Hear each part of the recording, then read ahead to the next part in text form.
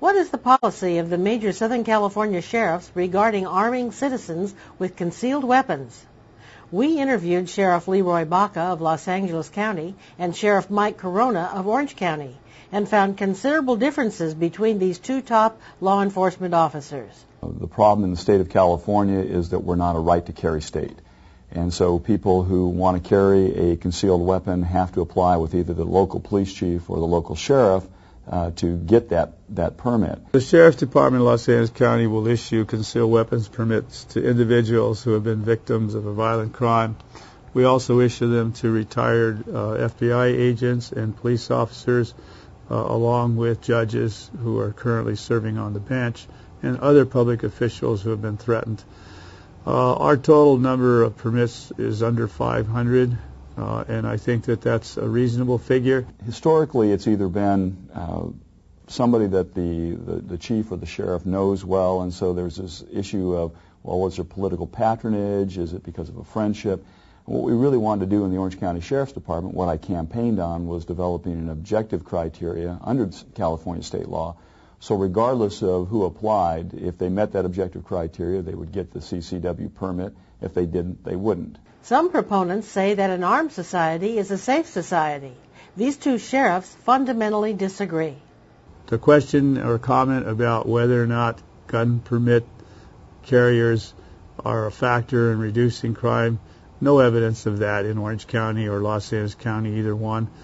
2,000 gun permits in Orange County is 2,000 for 3 million people that live there. No one has a clue as to who's carrying those guns. And most of those individuals don't want anyone to know they are carrying these guns.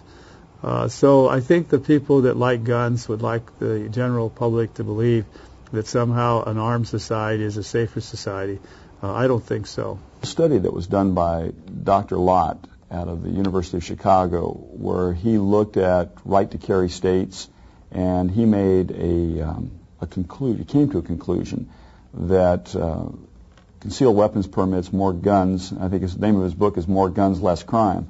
That concealed weapons permits actually reduced the number of crimes that were committed in the community. Carrying a firearm without a permit is a crime in California and most states. So who can get a concealed weapons permit? Listen to the different criteria in these two neighboring counties. Well, in the example of a Leslie Dutton, who's an interviewer of a very popular interview program, and going into a dangerous area, I would say take someone with you. You would not be eligible for a gun permit. Well, let me ask you, if I am a woman, and I have to work late at night as a real estate agent, does that change it? That may have a different bearing if you were an individual who was, by definition in your particular occupation, going to be in a high crime area back and forth. You'd have to be more specific. Got to be very specific. There are people who have exposure in certain businesses that require them to carry large amounts of money privately and have been victimized as individual classes rather than as individuals. And we will consider giving them permits. But we don't give them out very much. Almost 40 states have adopted right-to-carry laws.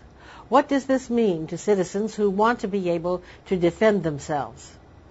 The mere fact that you're a law-abiding citizen, you do a criminal history, and you've taken whatever training is required under the law, then you would get the CCW. So you don't have to play this game of answering, well, do you live in a high crime area? Can you articulate in the creative writing exercise why you need the CCW? The mere fact that you're a law-abiding citizen qualifies you under a right-to-carry state. We want to hear from you, the viewers. What do you think about this issue of concealed weapon permits? Do you think criminals are deterred by private citizens who are armed? And does this make society safer from crime? And should we make it easier for citizens to obtain a permit by reducing requirements to a simple background check and training? And finally, should citizens join the campaign to pass right-to-carry laws similar to those that have been enacted in the majority of other states? Be sure and participate in our survey and leave your comments, which will be posted on our website. Thank you.